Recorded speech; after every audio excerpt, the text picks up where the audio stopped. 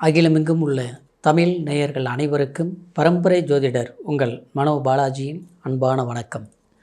தனுசு ராசி அன்பர்களுக்கு ஜூலை மாத ராசி பலன். இந்த ஜூலை மாதத்தில் நவ கிரகங்களுடைய பெயர்ச்சிகளால் உங்களுடைய ராசிக்கு எப்பேற்பட்ட பலன்கள் கிடைக்கப் போகுது அப்படிங்கிறத பற்றி தாங்க இந்த பதிவில் இப்போ நாம் பார்க்க போகிறோம். ஃபஸ்ட் டைம் பார்க்குறவங்களா இருந்தீங்கன்னா சப்ஸ்கிரைப் பண்ணி பெல் பட்டன் அழுத்தி ஆல் ஆப்ஷன் கொடுங்க.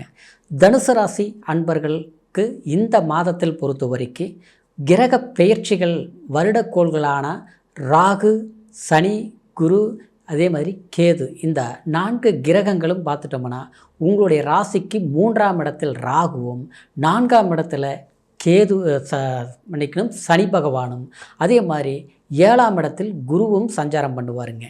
உங்களுடைய ராசிக்கு பாக்யாதிபதி வீடான அதாவது 9ஆம் இடத்துல கேது பகவான் சஞ்சாரம் பண்ணுவாருங்க. மாதக்கோள்களான சுக்கிரன் உங்களுடைய ராசிக்கு லாபாதிபதி 6ஆம் இடத்தில் 6ஆம் அதிபதியும் சுக்கிரனாக வர்றதுனால 6ஆம் இடத்தில் சஞ்சாரம் பண்ணுவாருங்க. இந்த சூழ்நிலையில் பார்க்கும்போது உங்களுடைய ராசிக்கு பாக்யாதிபதி சூரிய பகவான் உங்களுடைய ராசிக்கு 7ஆம் இடத்துல சஞ்சாரம் பண்ணுவாருங்க. அப்போது 7ஆம் இடத்துக்கு அதிபதி புதன் பகவான் 8ஆம் இடத்தில் சஞ்சாரம் பண்ணக்கூடிய இந்த காலகட்டத்தில், இந்த ஜூலை மாதத்தில் பொறுத்த வரைக்கும் உங்களுடைய ராசிநாதன் 7ஆம் இடத்தில் இருந்து உங்களுடைய ராசியை பார்க்குறது ஒரு சிறப்பு வாய்ந்த அற்புதமான ஒரு காலம். இன்னொன்று பார்த்தோம்னா உங்களுக்கு உங்களுடைய ராசிக்கு 5ஆம் அதிபதி பாக்யாதிபதி வீட்டில் சஞ்சாரம் பண்ணக்கூடிய இந்த காலகட்டம் செவ்வாய் நிச்சயமாக உங்களுடைய கனவுகளை நனவாக்கக்கூடிய ஒரு அற்புதத்தை நீங்கள் ஏற்படுத்தக்கூடிய சில வழி வாய்ப்புகள் நிச்சயமாக உங்களுக்கு உருவாகக்கூடிய மாதமாக இருக்க போகுதுங்க. 3ஆம் இடத்துல ராகு சிறப்புங்க. ஏன்னா 3ஆம் இடத்துல பொறுத்த வரைக்கும் ராகுவோ அல்லது இந்த 3ஆம் இடம் ஆகிய ஸ்தானப்பலத்தில் முயற்சி ஸ்தானம்னு சொல்லக்கூடிய இடத்துல ராகுக்கு சிறப்பு வாய்ந்த ஒரு இடமா தான் இருக்குங்க. ஏன்னா அது மட்டும் இல்லாமல் அந்த 3ஆம் இடத்தை குருவும் பார்க்குதுங்க. அப்போது உங்களுக்கு எதிர்பார்த்த சில கனவுகளை அது சக்ஸஸ் பண்ணக்கூடிய ஒரு மாதமாக உங்களுக்கு அமையப்போகுதுங்க. இன்னும் சொல்ல போனோம்னா உங்களுடைய ராசிக்கு பாக்யாதிபதி 7ஆம் இடத்தில் இருந்து அந்த குருவோடு இணைந்து உங்களுடைய ஜென்மத்தை பார்க்குறதுனால அரசாங்கத்தினால நன்மைகள், அரசாங்க சார்ந்த விஷயங்கள் உங்களுக்கு ஒரு முயற்சி பண்ணும்போது அதுக்கு உண்டான ஒரு சுகமான ஒரு பலன்களை உங்களுக்கு கிடைக்கக்கூடிய ஒரு சந்தர்ப்பங்கள் நிச்சயமாக உருவாக போகுதுங்க.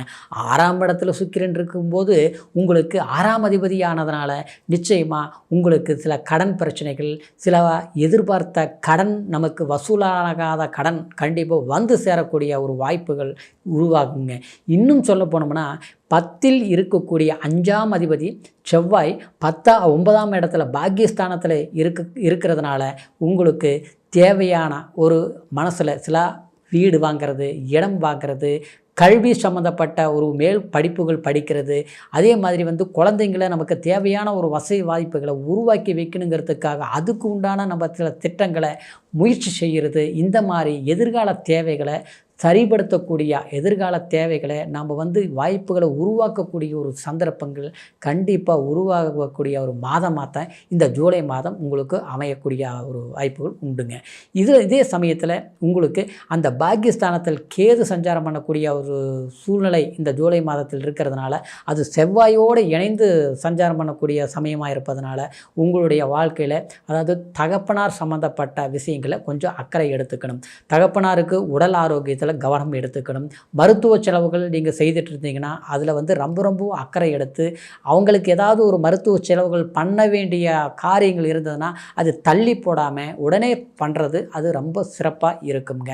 அப்புறம் பார்த்தோம்னா தகப்பனார் வழிமுறைகளை தகப்பனாருக்கு தனக்கு இருக்கக்கூடிய ஒரு ஒற்றுமையில் சில பாதிப்புகள் உருவாகிருக்கும், வருத்தங்கள் இருக்கும். சிலர் பார்த்தோம்னா அந்த பாசத்தில் மற்றவங்களால் ஒரு பிரச்சனைகளை ஏற்படுத்தி தன்னுடைய ஒரு ஒற்றுமை இல்லாமல் போயிட்டுருக்குது அப்படிங்கிற ஒரு வருத்தங்களை நீங்கள் போக்கக்கூடிய அதாவது அது தீர்த்துக்கூடிய ஒரு சந்தர்ப்பங்கள் உண்டாகும். அதுக்கு உண்டான முயற்சிகள் நீங்கள் எடுக்கலாம்.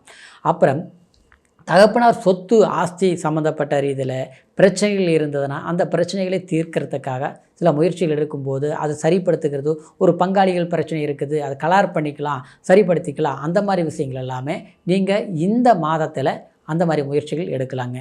குறிப்பாக சொல்ல போனோம்னா உங்களுக்கு 5ஆம் அதிபதி குல தெய்வத்தோடைய அனுகிரகங்களே உங்களுக்கு சாதகமாக அமையக்கூடிய ஒரு சந்தர்ப்பமான மாதமாக இருக்கிறதுனால உங்களுக்கு அதாவது முருகருடைய அருள் கிடைக்கக்கூடிய ஒரு மாதம். அப்படின்னா முருகன் கோயிலுக்கு போயிட்டு வர்றது, அந்த கோயிலுக்கு போய் நல்ல அபிஷேகங்கள் பண்ணுறது, பிரார்த்தனைகள் செய்கிறது, அந்த தெய்வத்தை வணங்கி நமக்கு சில வேண்டுதல்களை வைத்துட்டு நம்ம வரும்போது நம்மளுடைய வேண்டுதல் என்னவோ, நம்மளுடைய தேவைகள் என்னவோ அந்த இறைவனிடம் நம்ம வேண்டி வணங்கும் போது அது தீரக்கூடிய, அது தீர்த்து வச்சு அந்த தெய்வத்துடைய அனுகிரகங்கள் நமக்கு முழுமையாக கிடைத்து பலன் கிடைக்கக்கூடிய ஒரு மாதமாக இருக்க போகுதுங்க. அடுத்தது பார்த்துட்டோம்னா உங்களுடைய ஸ்தானத்தில் திருமணமாகாமல் இருக்கக்கூடியவங்களுக்கு குருபலன் இருக்கக்கூடிய ஒரு மாதமாக இருப்பதனால அதுக்கு உண்டான முயற்சிகள் எடுக்கலாம். சிலர் பார்த்தோம்னா திருமணத்துக்கு உண்டான முயற்சிகள் எடுத்தும் காலதாமதம் ஆகிட்டு இருக்குது, சரியாக அமையலை அப்படின்ட்டு வருத்தப்பட்டு இருப்பீங்க. ஆனால் இந்த காலகட்டத்தில் முயற்சிகள் எடுக்கும்போது மகனாக இருந்தாலும் சரி, அதாவது திருமணம் ஆகாமல் இருக்கிறவங்களா சரி, பெண் ஜாதகம் தேடினாலும் சரி, ஆண் ஜாதகம் தேடினாலும் சரி, நிச்சயமாக அதாவது உங்களுக்கு உண்டான ஒரு நல்ல பொருத்தமான ஒரு ஜாதக நிகழ்வுகள் கண்டிப்பாக அமையக்கூடிய மாதமாக இருக்கும். அதுக்கு நீங்கள் செய்ய வேண்டிய பரிவர்த்தனை அதாவது திருப்பெருங்குன்றம் முருகனை வழிபாடு பண்ணுறது ரொம்ப சிறப்பு பொருந்திய ஒரு மாதமாக இருக்கும். அந்த மாதிரி ஒரு வாய்ப்புகளை உருவாக்குங்க. அடுத்தது பார்த்தோம்னா தாயார் உடல் ஆரோக்கியத்தில் கொஞ்சம் கவனம் எடுத்துக்கணும். அதே மாதிரி தாயார் சம்மந்தப்பட்ட ரீதியில் உறவு முறையிலையும் கொஞ்சம் கவனமாக இருக்கணும்.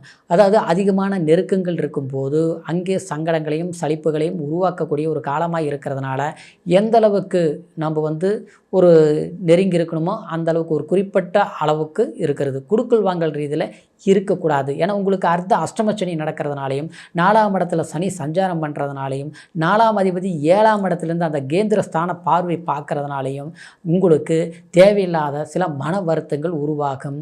குடுக்கல் வாங்கல் ஃபைனான்ஸ் வாங்குறதுலையும் அடுத்தவங்ககிட்ட அதிகமான கடன் ஒரு நெருக்கடிக்காக அடுத்தவங்ககிட்ட ஒரு அதிகமான கடன் வட்டிக்கு பணம் வாங்குறது, அப்புறம் அடுத்தவங்களுக்கு உதவி செய்கிறோங்கிற பேரில் நாம் ஒரு கடன் வாங்கி இன்னொருத்தருக்கு உதவி செய்கிறது, இந்த மாதிரி விஷயங்கள் நீங்கள் செய்யாமல் இருக்கிறது சிறப்பு. அடுத்தது பார்த்தோம்னா அசையாத சொத்துக்கள், பழைய வீடு இருக்குதுங்க, அதை நான் ஆல்ட்ரு பண்ணி கட்டலாம்னு நினைக்கிறேன், பண்ணவே முடிய மாட்டேங்குது, ஏற்கனவே வீடு கட்டினேன் கொஞ்சம் வேலை அப்படியே நின்று போச்சு, அது தொடர்ந்து செய்யலாமா, இந்த மாதிரி விஷயங்கள் நீங்கள் செய்யுங்க. சரிங்களா? அதே மாதிரி ஒரு இடம் வாங்குறதும் பண்ணலாம், அசையாத சொத்துக்கள் பண்ணலாம். வண்டி வாகனங்கள் கண்டிப்பாக வேண்டாங்க, அந்த மாதிரி வேண்டாம். அடுத்தது ஒரு பழைய வண்டி விற்றுட்டு புது வண்டி வாங்கலாமா, இந்த மாதம் நீங்கள் கண்டிப்பாக செய்ய வேண்டாங்க. இப்படி சில அசையாத சொத்துக்களையும் உருவாக்குறதுலையும் அதே பழசு புதுசாக்கக்கூடியதையும் புதிய வேலை வாய்ப்புகளை நம்ம உருவாக்கக்கூடிய ஒரு வாய்ப்புகளும் திருமணம் சார்ந்த சுப விஷயங்கள் செய்கிறதுலையும் நீங்கள் அந்த மாதிரி முயற்சிகள் நடக்கக்கூடிய மாதமாக இருக்கிறதுனால இந்த ஜூலை மாதத்தை பொறுத்த வரைக்கும் அந்த மாதிரி முயற்சிகள் எடுங்க. உங்களுக்கு பலம் பொருந்திய மாதமாக சிறப்பு வாய்ந்த மாதமாக அமையப்போகுதுங்க. இப்போ சொன்ன பலன் கோச்சாரங்கிறது உங்கள் ராசியை மையமாக வைத்து சொல்லக்கூடிய அதாவது பலன்கள் இருந்தாலும் பிறப்பு ஜனன ஜாதகம் தான் ஒருத்தருடைய பலமான பலன்களை முழுமையாக நம்ம அறிஞ்சிக்க முடியும். அதனால் உங்களுடைய பிறப்பு ஜனன ஜாதகத்தை நம்மக்கிட்ட பார்க்கணும்னு நினச்சிங்கன்னா கீழே இருக்கிற நம்பருக்கு ஃபோன் பண்ணி உங்களுடைய பிறந்த தேதி, பிறந்த நேரம், பிறந்த ஊர் மூணையும் தெரியப்படுத்தி முழுமையான பலன்களை தெரிஞ்சுக்கிட்டு இனி வரக்கூடிய காலத்துக்கு எது தேவைங்கிறத நிர்ணயம் செய்து முயற்சிகள் எடுங்க. கண்டிப்பாக அற்புதமான வளர்ச்சி இருக்கும்ங்கிற ஒரு வாழ்த்துக்களோட அடுத்த பதிவில் சந்திக்கிற வரைக்கும் நன்றி, வணக்கம்.